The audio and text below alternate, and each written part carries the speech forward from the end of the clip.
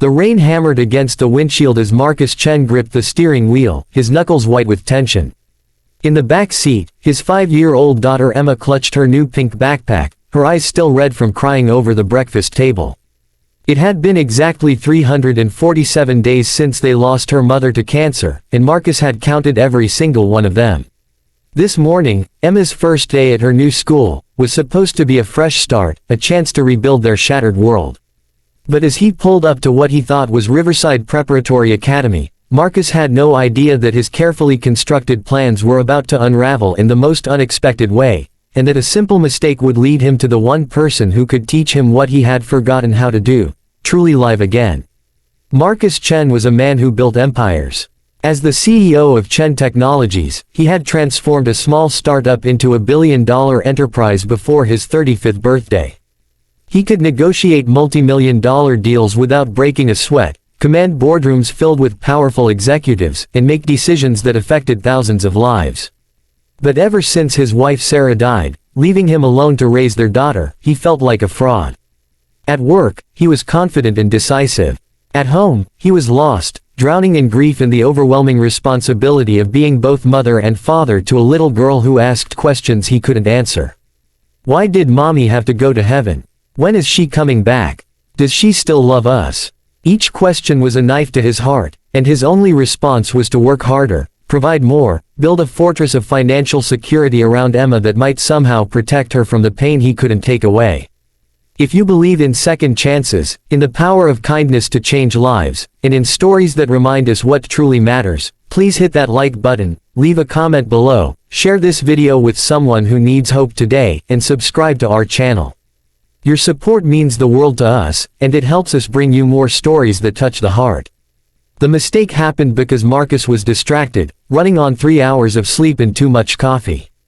He had been up until dawn reviewing quarterly reports, and in his exhaustion, he drove to Riverside Elementary School instead of Riverside Preparatory Academy. They were on opposite sides of the city. One was an exclusive private institution with marble hallways and tuition that cost more than most people's annual salary. The other was a modest public school in a working-class neighborhood, with paint peeling off the walls and a playground that had seen better days.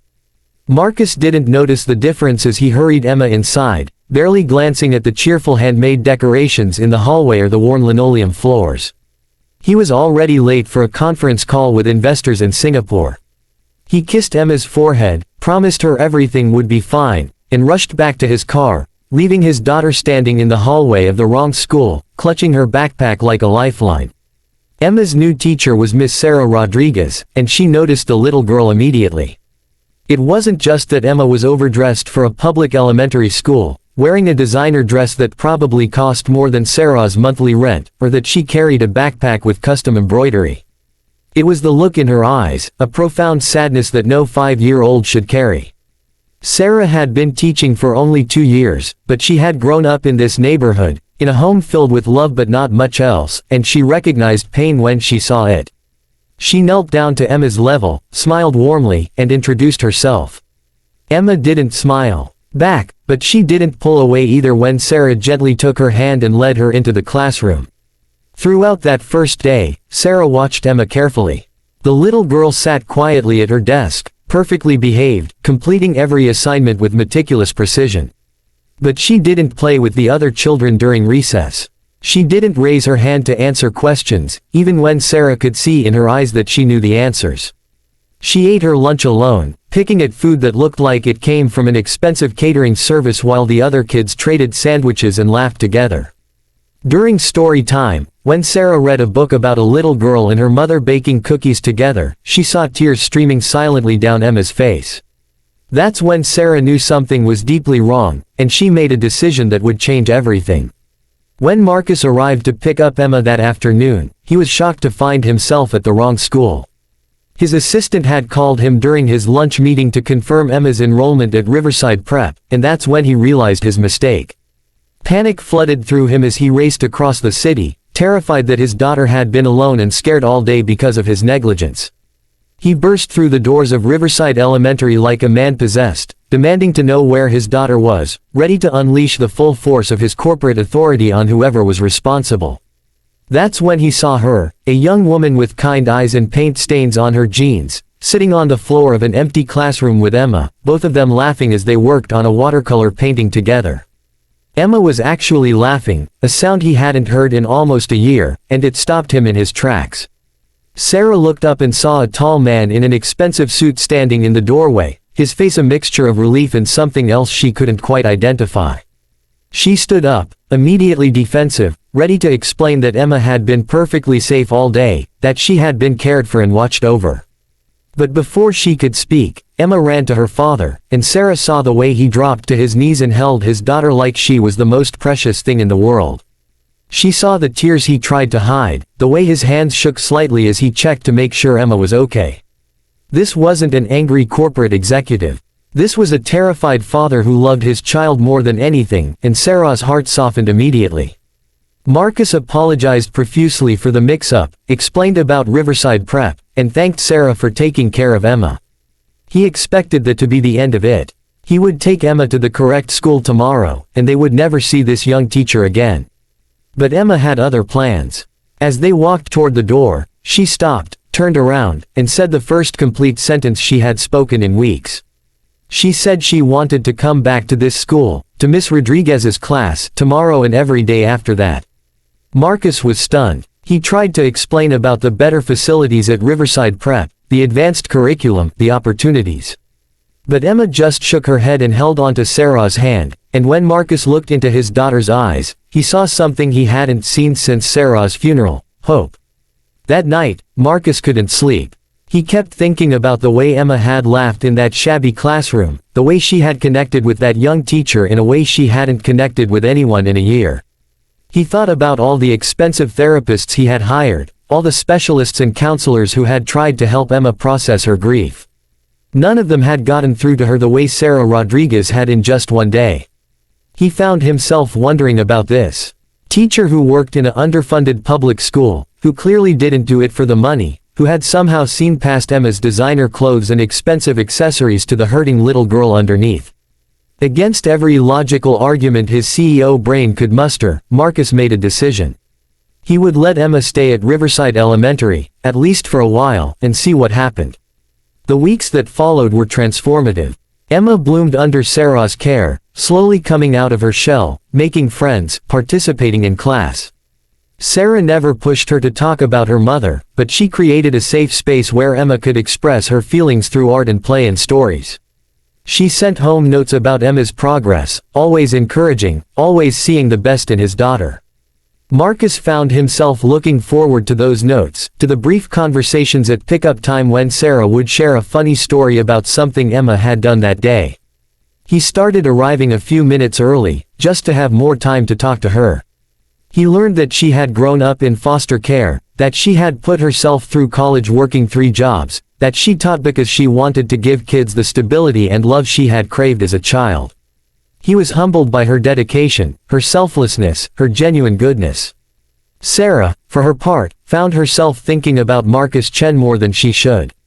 At first, she had judged him as another wealthy parent who thought money could solve everything, who was too busy building his empire to notice his daughter was drowning in grief. But as she got to know him, she saw the truth. She saw a man carrying an impossible weight, trying to be everything for his daughter while running a company that employed thousands of people. She saw how he listened carefully to her suggestions about Emma, how he implemented every recommendation she made, how he slowly started leaving work earlier to spend more time with his daughter. She saw him learning to braid Emma's hair from YouTube videos, taking Emma to the park even though he was exhausted, reading bedtime stories with voices and expressions that made Emma giggle. She saw a man who was doing his absolute best in an impossible situation, and her respect grew into something deeper. The turning point came 3 months after that first mistaken day. The school was having a Mother's Day art show, and Sarah worried about how Emma would handle it. She offered Emma the option to skip the event or create something different, but Emma insisted she wanted to participate. On the night of the show, Marcus arrived to find Emma had created a beautiful collage, half of it dedicated to memories of her mother, with photos and drawings and the recipe for her mother's chocolate chip cookies. The other half showed Emma's new life, her classroom, her friends, and at the center, a drawing of Miss Rodriguez reading a story. At the bottom, in Emma's careful kindergarten handwriting, were the words, "I have 2 angels now. One in heaven and one in my classroom." Marcus stood in front of that collage and felt something break open inside his chest. For a year, he had been so focused on managing Emma's grief that he had neglected his own, building walls around his heart, convinced that staying busy and providing financially was enough. But Emma's art showed him the truth. His daughter didn't need a fortress of money and security. She needed love, connection, presence. She needed him to be fully there, not just physically but emotionally. And she needed people like Sarah Rodriguez, who taught her that it was okay to remember her mother while also opening her heart to new relationships, new joy, new life. He felt tears streaming down his face, and for the first time since the funeral, he didn't try to hide them. Sarah found him there, standing in front of Emma's collage, crying openly. She didn't say anything at first, just stood beside him, offering silent support. When he finally spoke, his voice was rough with emotion. He thanked her for seeing Emma, really seeing her, when he had been too lost in his own pain to do the same. He thanked her for teaching him that healing didn't mean forgetting, that his daughter could honor her mother's memory while still moving forward. He thanked her for being exactly what they both needed, even though she owed them nothing. Sarah took his hand, squeezed it gently, and told him that Emma had taught her just as much, had reminded her why she became a teacher in the first place, had shown her that love and dedication could break through even the highest walls. If this story has touched your heart, if it has reminded you of what truly matters in life, please take a moment to like this video, leave a comment sharing your thoughts or your own story, and subscribe to our channel for more inspiring content. Your engagement helps us reach more people who need to hear these messages of hope and healing. In the months that followed, Marcus and Sarah's relationship deepened naturally, built on a foundation of mutual respect and shared love for Emma. Marcus learned to leave work at a reasonable hour, to be present for school events and bedtime stories, to value moments over money. Sarah helped him understand that being a good father didn't mean being perfect, that showing vulnerability and emotion was strength, not weakness. Emma thrived, surrounded by love from her father and her teacher, learning that loss was part of life but so was joy, so was connection, so was the courage to open your heart again even after it's been broken. Before we reach the end of this story, please take a moment to comment below and tell us, have you ever experienced a small mistake that led to something beautiful? Have you ever met someone who changed your life when you least expected it? We read every comment, and your stories inspire us. A year after that first mistaken morning, Marcus stood in that same classroom, no longer as a lost father dropping off his daughter at the wrong school, but as a man who had found his way home. Emma was thriving, surrounded by friends, excelling in her studies, and carrying her mother's memory with grace and love rather than crushing grief. Sarah had become not just Emma's teacher, but a vital part of their family, someone who understood them both, who challenged them to be better, who loved them without reservation. The mistake that had seemed like another failure in a year of failures had actually been the best thing that ever happened to them, a divine redirection that brought them exactly where they needed to be. As Marcus watched Emma playing with her classmates, her laughter filling the room, he thought about that rainy morning when he had been too exhausted and distracted to notice he was at the wrong school. He thought about how close he had come to never meeting Sarah, to never seeing Emma bloom the way she had. He thought about how sometimes the best things in life come not from careful planning and control, but from being open to unexpected blessings, from having the courage to deviate from the plan when something better presents itself. He had learned that being a CEO meant nothing if he wasn't first and foremost a father, and that true wealth wasn't measured in stock prices and quarterly reports, but in moments of connection, in the sound of his daughter's laughter, in the love of a good woman who had shown him how to live again. The wrong school had led him to exactly the right place, and for that mistake, he would be grateful for the rest of his life.